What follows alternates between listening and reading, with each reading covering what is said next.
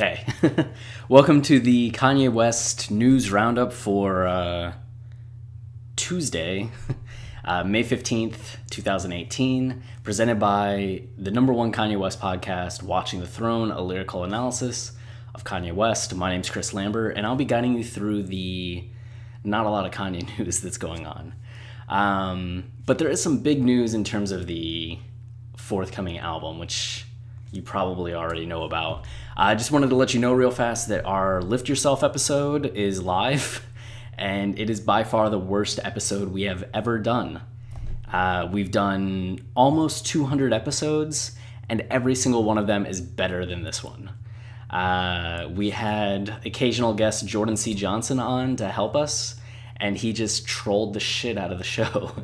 And it's just, I don't know, maybe amusing for people. It might be our most comedic episode, but in terms of actual lyrical analysis and deconstruction, but given the lyrics of the song, it's kind of fitting, but it's also just such a bad episode. So I hope you enjoy it, and if you don't, I'm so sorry. Jordan keeps bringing Liftoff into the conversation and confusing Lift Yourself and Liftoff, and I have very strong feelings against Liftoff, so it was a shit show. I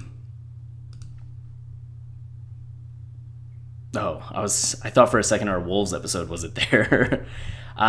So the big news is that Kanye tweeted this video today, and you can hear some music. Ready?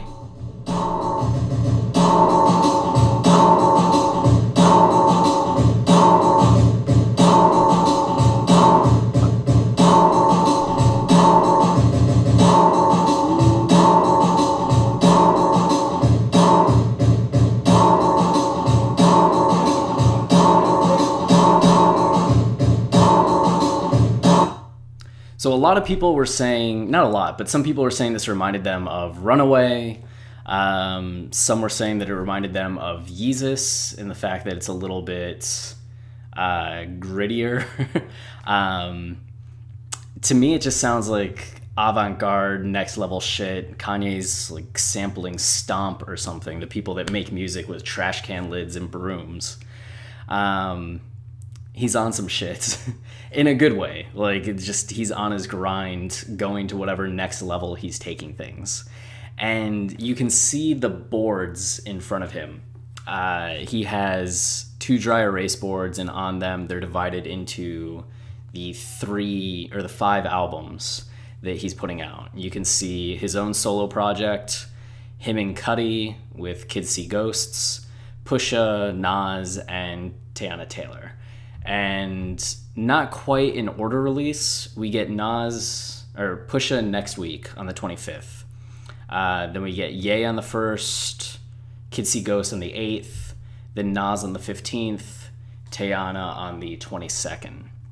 So this is the first time we're seeing any of the track listings, and a little easier to read. Our Kanye had them, and you can see that Kanye's, we only have 2 tracks with a mysterious third one that's not able to be discerned at this time, but it looks like it got erased anyway.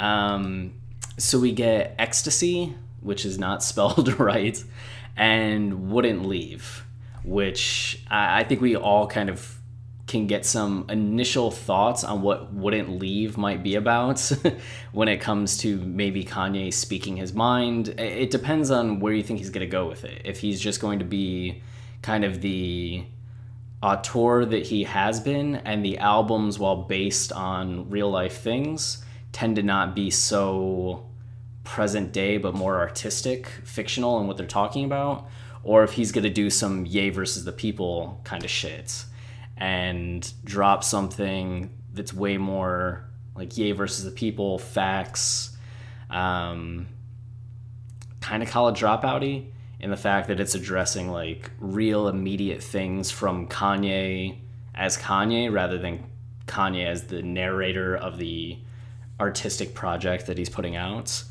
So we'll see, because it might be kind of that anthem of like, I wouldn't leave, right? Like, you wanted to get rid of me, but I'm not going anywhere. wouldn't leave, I'm still here for the conversation. You could almost, I could see the lyrics, hopped off the Amistad and made I'm a God as part of wouldn't leave. Kind of him going over his career. So maybe that's what's going on. Maybe that's just gigantic assumption. But Kids See Ghosts, I also wonder if there's kind of a life and death dynamic, because, I mean, a ghost is a spirit, and a spirit's somebody that had passed away, right? So inherent to the idea of ghosts is death. So when the album mentions things like fourth dimension, which makes you think of a plane beyond our 3D world, our third dimension that's just the reality we know, but is kind of that spectral, ghostly world, followed by Ghost Town and Devil's Watching. All these things kind of have the implications of that ghostly afterlife or other world. But then to have the last track be Reborn, that seems to play into the idea of the spirits going from deceased to animated, dead to alive. So I do wonder if that has more of a narrative, or if that's just me projecting my narrative wants and desires onto this album. But given that Cudi and Kanye are those kinds of narrative thinkers, I could imagine them putting something together that has at least some kind of flow to it. I mean, it may be more 808s and Heartbreak kind of concept rather than a Yeezus narrative, but we'll see. We shall see. Pusha's album looks like it's completely done. Same with Kids See Ghosts. It breaks the pattern of having only 7 tracks. It has 8. And I don't know if there's anything that we can really draw from the titles. I do think Samaria makes for a pretty fucking cool final track name. And that's the one just immediately upon looking I'm most drawn to, because I'm just like, what's he going for there? What's that? And I guess with Kids See Ghosts, the one I'm most interested in is probably the title track, of course. You can see that I did a poll on Kanye's Twitter asking people, and Ecstasy, Kids See Ghosts got a lot of votes. Same with Devil's Watching, which title track makes sense, and then the idea of the devil, I think, always appeals to people. Same with the idea of Sociopath, especially with Pusha T. I think people are expecting that to be like a harder song, which might also be why Hard Piano took the lead in the second part. With Nas, all we have is Everything. That's the only track that seems to be complete. And Teyana's Gonna Love, Hold On, and Three Ways. And I guess it makes sense that the one that's the most sexual sounding got the most votes. Though it might not have anything to do with sex, you know? It's just, you might want things 3 ways.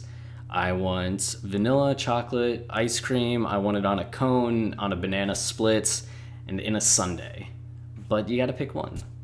You gotta pick one. It might be the dumbest thing that I've said in all of the YouTube videos that I've made so far, and I've said some pretty dumb things, but that one I'm gonna put out there as the dumbest. I don't know, 3 ways will be interesting. So that's all that we got so far. This is the new version of the notepad from last year, which was the first insight into what the album would be. So Kanye once again is giving us some teases into what some behind the scenes views of the process of making the album, and watching him work, and that's cool. That goes along with the openness that he put on display with The Life of Pablo. So I hope each day we get a little bit more of a tease, building up to a single. You know, it might be that we get a Pusha song coming out this Friday, or maybe even some samples from all of them. I mean, you got to keep Good Fridays going, right? So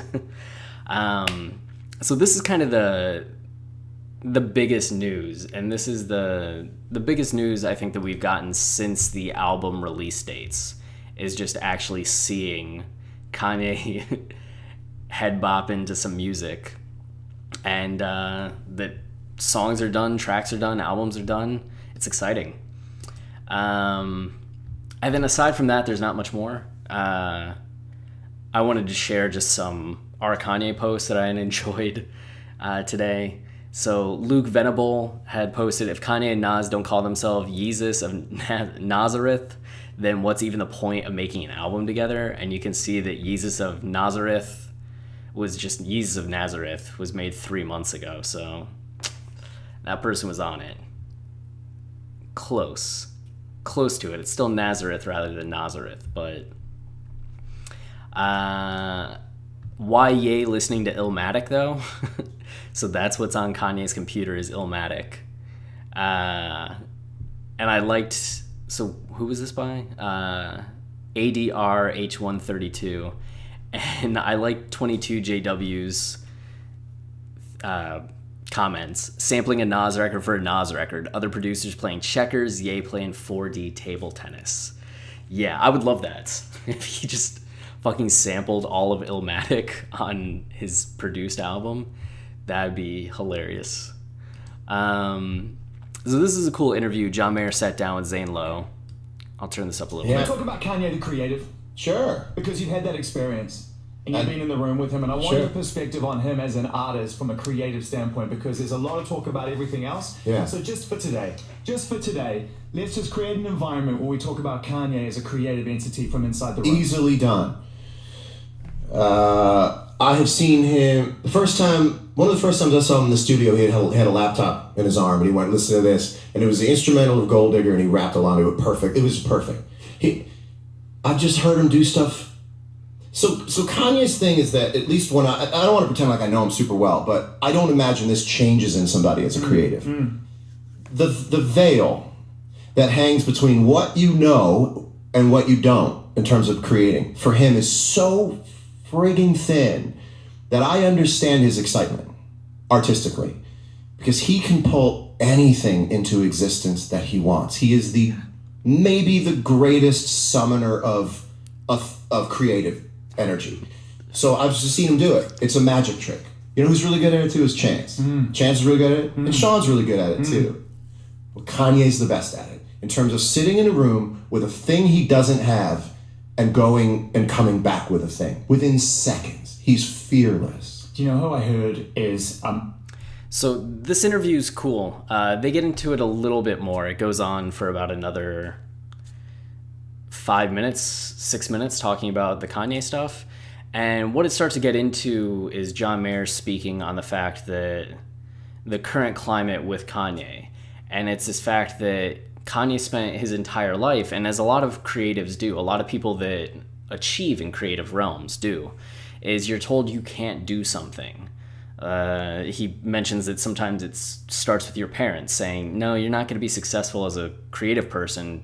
Go be an engineer, go be in business. And you say, no, I'm going to make it. And you get your career going. And then people in the industry are like, yeah, but you be a little fish. Don't be a big fish. And you're like, fuck you, I'm going to be a big fish. And then you leap over that hurdle. And that Kanye has consistently, which is something that we've talked about here and on our podcast, is that Kanye is somebody that's consistently been told, you can't do that, you can't be that. And then he went and did it. He broke through every ceiling that people have placed above him. And John Mayer talks about how dangerous that can be, because your perception of what actually is a line that you shouldn't cross or can't cross or won't be able to cross, it becomes very distorted, because every line that somebody has put in front of you, you have stepped over. And it's gone well. You've been successful because of it. And I don't say that in the controversial way that like, oh, don't say that, and then you do. But more like, you can't do that in music, and then he does. You can't go into fashion, and then he does. So John Mayer talks about how hard that can be, in the fact that you start to set these loftier and loftier goals for yourself, and when people tell you, don't do that, no, don't do that, you won't be able to do that, you start to not believe them ever, because everything that you've ever done hasn't has it had that outcome? So when Kanye thinks that he could change the political game, is he entirely wrong? Are other people wrong to tell him no? Like, what will happen? And John Mayer doesn't talk about that as specifically in terms of politics, but the implication is with what Kanye is currently doing, you know, he understands why Kanye would be trying to do it. At least from that perspective of like, I have this goal in mind and I think I have the ability to make it happen, and people are telling me no, but everybody always tells me no. So here I go. And he talks about it with himself too, and reflects on becoming a better person, becoming the person that he is today. One of my good friends is a huge John Mayer fan, especially that John Mayer has worked hard to change himself while still being an amazing artist. So it was kind of cool to watch this and hear John Mayer, who we know has talked fondly about Kanye in the past, have this view on Kanye. I don't think it's necessarily groundbreaking in the information that he's providing, but it's a different vocabulary for it and a slightly different perspective on it that I think can make some things click for people in a way that maybe they hadn't before. So definitely worth checking out. I mean, Zane Lowe always does great interviews, so if you're a John Mayer fan, just want to hear the part about Kanye, recommended. And that does it. Finally, we have a shorter episode. If there's any specific Kanye-related topics you want me to discuss in future episodes, just go ahead and comment or tweet at us at Kanye Podcast, and I'll make sure to get to it in the next episode. If you want to support us, there are a few ways of doing that. One is our Patreon. We're trying to get up to $300 a month so we can consistently pay artists to design unique shirts inspired by Kanye music, events, albums. So we're close, halfway there. And we've had a couple shirts made, which is exciting. And you also get some discounts. We're going to be doing a Patreon-only 5-part series on the Runaway movie, kind of deconstructing the movie, analyzing it, giving some insight. So yeah, those are some benefits. And if you have a lifetime of $40, you get a shirt for free from any of the shirts that we have for sale. So that's one of the benefits of sticking with us and just helping us as a podcast moving forward.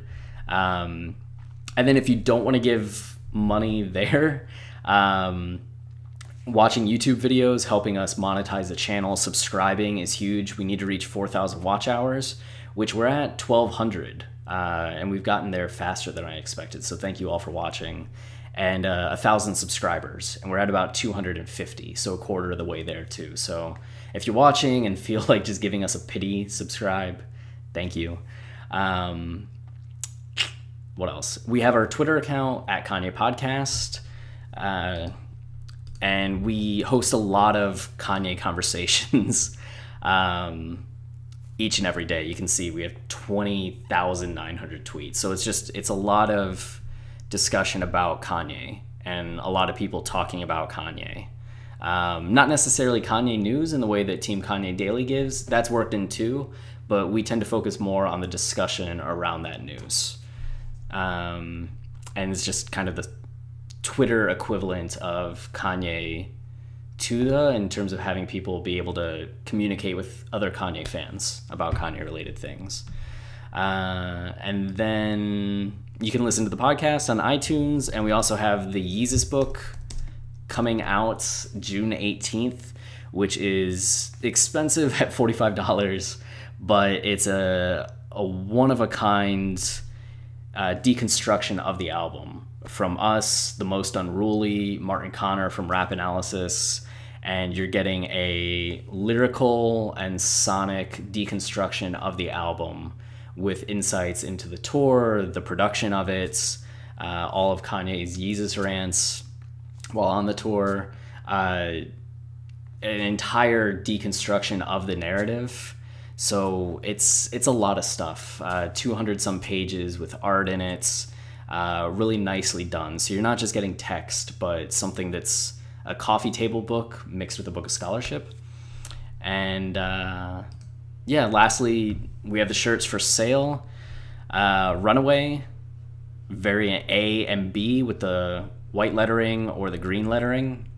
And then we have a Hold My Liquor shirts, which really gets at the duality that's present in the song, where you have the figure in the foreground, you can't see my finger, but then the other figure in the middle ground with the woman in the background. So there we go. If you want the shirts, if you want the book, if you want to subscribe on Patreon, follow us on Twitter, any of that, links are in the descriptions. Until then, see you tomorrow with more Kanye news. Cheers.